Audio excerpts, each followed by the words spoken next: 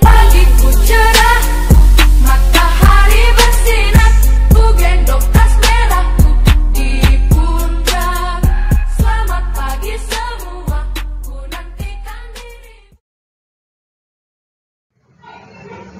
Bismillahirrahmanirrahim. Assalamualaikum warahmatullahi wabarakatuh. Apa kabar anak-anakku semuanya, murid-murid kelas 3?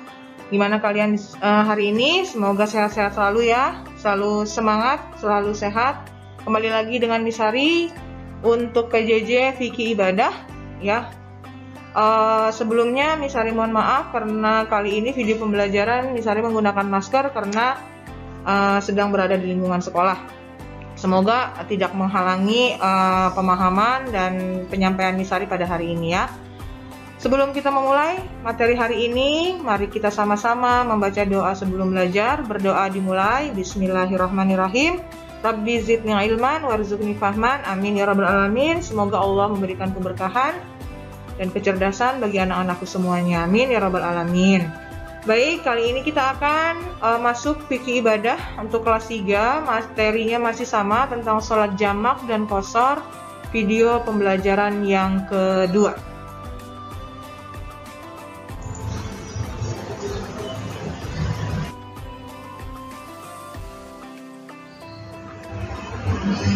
Baik, anak-anakku semuanya, materi pembelajaran hari ini ada 3 yang akan kita bahas, yaitu sholat qashar, sholat jamak qashar, dan hikmah sholat jamak dan qashar.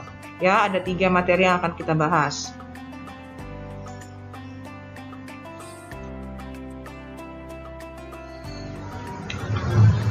Baik, kita akan masuk ke pengertian qashar dan dalilnya. Arti qashar adalah arti qashar adalah ringkas. Dalam bahasa Arab ya, artinya adalah ringkas. Sholat qashar adalah sholat fardu yang diringkas bilangan rakaatnya, ya, atau dipendekkan bilangan rakaatnya. Dalil sholat qashar ada pada Quran surah An-Nisa ayat 101 yang artinya, dan apabila kamu bepergian di bumi, maka tidaklah berdosa kamu mengqashar sholat jika kamu takut diserang orang kafir. Sesungguhnya orang kafir itu adalah musuh yang nyata bagimu. Nah, ini adalah dalil tentang mengqashar sholat. Quran surah An-Nisa ayat 101. Ya, diingat-ingat Quran surah An-Nisa ayat 101.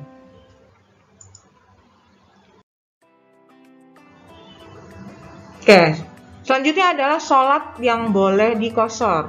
Ya, sholat yang boleh diqashar adalah zuhur, asyar, dan isya saja. Kenapa mereka sholat ini adalah sholat yang 4 rakaat.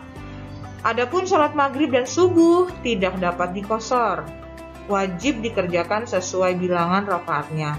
Hal ini karena sholat subuh dan maghrib jika dibagi rakaatnya akan ganjil dan sulit untuk dilaksanakan. Jadi kalau yang sholatnya maghrib sholat 3 rakaat, kalau dia dipotong 2 rakaat jadinya cuma 1. Nah, jadinya jadi kayak sholat witir ya. Nah, kalau sholat subuh juga sama, dipotong jadi habis dong, jadi nggak ada rakaatnya ya. Jadi yang tidak boleh dipotong adalah atau diringkas adalah subuh dan maghrib ya. Yang boleh adalah zuhur, asar, dan isya. Nah, kemudian yang ketiga adalah syarat sah sholat qashar. Yang pertama adalah perjalanan yang berjarak 3 farsakh atau 80,64 km. Perjalanannya yang dilakukan untuk kebaikan ya, bukan untuk hal-hal yang buruk. Misalnya kebaikan itu misalnya untuk silaturahmi, untuk menuntut ilmu ya, seperti itu. Sholat yang diqashar harus yang jumlahnya rakaatnya 4. Berniat sholat qashar ketika takbiratul ihram ya, ketika mulai takbir sudah niat sholat qashar, dan tidak bermakmum kepada orang yang sholat biasa. Jadi kalau misalnya di masjid kita mau sholat qashar, kemudian ada imam sedang sholat yang biasa, ya, kita tidak boleh bermakmum sama yang imam tersebut. Nah, harus dikerjakan sendiri. Kecuali imamnya juga sholatnya diqashar, seperti itu ya. Oke, jadi persyaratannya sholat qashar itu tidak jauh berbeda dengan sholat jamak, ya. Baik. Selanjutnya, kalau tadi sholat qashar, sekarang sholat jamak qashar. Ya, sholat jamak qashar. Apa itu sholat jamak qashar? Pengertian sholat jamak qashar, ya. Jamak qashar berasal dari kata jamak dan qashar. Jamak artinya kumpul, qashar artinya diringkas. Sholat jamak qashar adalah 2 sholat fardu yang dikerjakan dalam satu waktu dan diringkas bilangan rakaatnya. 2 sholat fardu yang dikerjakan dalam satu waktu dan diringkas bilangan rakaatnya.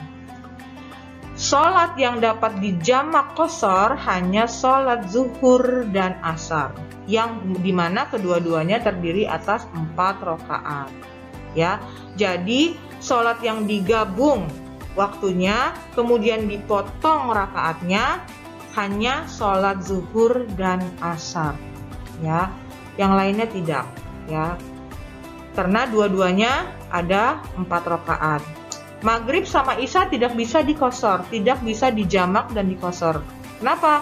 Karena maghrib 3 rakaat. Gitu ya. Selanjutnya adalah tata cara pelaksanaan sholat jamak qashar. Pelaksanaan sholat jamak qashar dapat dilakukan pada waktu jamak takhir atau jamak takdim. Ya, jadi sholat jamak qashar ini pelaksanaannya boleh jamak takhir, ya, atau jamak takdim. Boleh di waktu yang di akhir, boleh di waktu yang di awal. Kemudian masing-masing rakaat adalah 2-2 dan pelaksanaannya 2 rakaat 2 rakaat. Jadi kita mau menjamak nih zuhur sama asar, ya. Perhatikan baik-baik. Zuhur sama asar kita mau jamak qashar, ya. Kita potong rakaatnya jadi 2-2, ya. Misalnya kita mau melaksanakan jamak takdim, berarti kan di waktu zuhur, ya. Zuhur dulu baru asar. 2-2. Kalau takhir berarti asar dulu baru zuhur. Ya, 2-2. Seperti itu. Selanjutnya adalah baik, kita masuk ke niat sholat qashar dan jamak, ya. Niat sholat qashar dan jamak, niat itu boleh dibacakan dengan bahasa Indonesia atau dengan bahasa Arab, ya. Jadi kalau kalian belum hafal bisa menggunakan bahasa Indonesia saja. Saya niat sholat, ya gitu ya, qashar karena Allah Ta'ala. Tapi kalau alangkah baiknya dihafalkan juga dengan bahasa Arabnya atau bahasa Al-Quran, ya. Baik, kita lihat niat sholat qashar, ya. Ini baru qashar, ya, bukan jamak. Niat sholat qashar bunyinya adalah Bismillahirrahmanirrahim. Usolli fardhu zuhri rakaataini qashran ma'muman atau imaman lillahi ta'ala. Ya, saya berniat sholat zuhur 2 rakaat diqashar menjadi makmum atau menjadi imam karena Allah Ta'ala. Kemudian niat sholat qashar jamak takdim.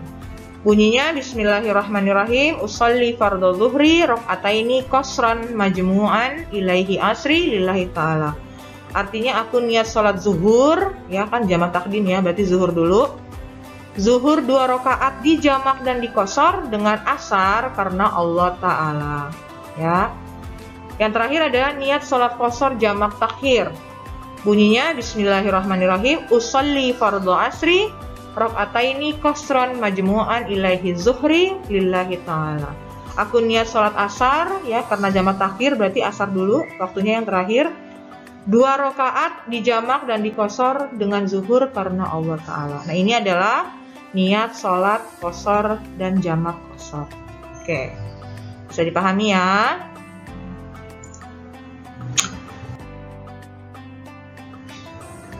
Terakhir adalah hikmah. Ya, ini ini adalah penjelasan terakhir di bab ini tentang hikmah sholat jamak qashar. Apa aja hikmahnya? Yang pertama adalah diperbolehkannya sholat di jamak, di qashar adalah menunjukkan bahwa umat Islam dapat dengan mudah melaksanakan kewajiban sholat dimanapun berada, ya. Jadi dimanapun kapanpun sholat. Yang kedua, bukti bahwa agama Islam selalu memudahkan, bukan menyulitkan. Ya, jadi Allah itu memudahkan kita, bukan menyulitkan. Ya, dibuktikan dengan diperbolehkannya menjamak dan mengqashar sholat. Yang ketiga, keringanan yang ada dalam agama Islam bukan untuk dicari-cari dan dibuat-buat, apalagi diabaikan, tetapi untuk dilaksanakan. Jadi maksudnya, begitu keringanan sudah ada, diberikan oleh Allah, maka wajib dilaksanakan. Ini udah boleh nih, kita perjalanan jauh boleh melaksanakan sholat di jamak, di qashar. Itu harus dilaksanakan. Jangan dicari-cari lagi, nanti seperti itu ya. Karena sudah dimudahkan. Yang terakhir, keringanan yang telah diberikan oleh Allah Subhanahu wa taala dalam beribadah itu dinamakan dengan rukhsah. Rukhsah itu keringanan, rukhsah ya. Ini adalah hikmah sholat jamak dan qashar. Oke.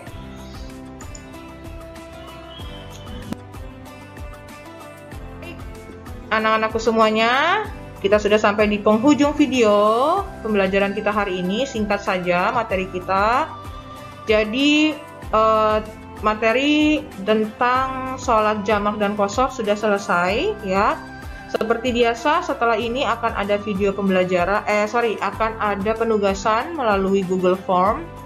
Dan seperti biasa juga, misalnya lihat absensi kalian, kehadiran hari ini di PJJ dengan submit ya. Submitnya kalian tugas ya. Tugas kalian di submit itu berarti kalian termasuk mengabsen. Kita akan mulai ya, yang kalian tahu kita akan mulai pembelajaran tatap muka ya, insya Allah. Berdoa semoga mudah lancar tatap muka kita, diberikan kemudahan, diberikan kesehatan baik guru maupun anak-anak murid semuanya dan orang tua di rumah ya. Terima kasih yang sudah tertib PJJ, terima kasih yang sudah menyimak video pembelajaran hari ini. Kita tutup dengan hamdalah, alhamdulillahirrahmanirrahim, wabillahi taufiq wal hidayah, wassalamualaikum warahmatullahi wabarakatuh.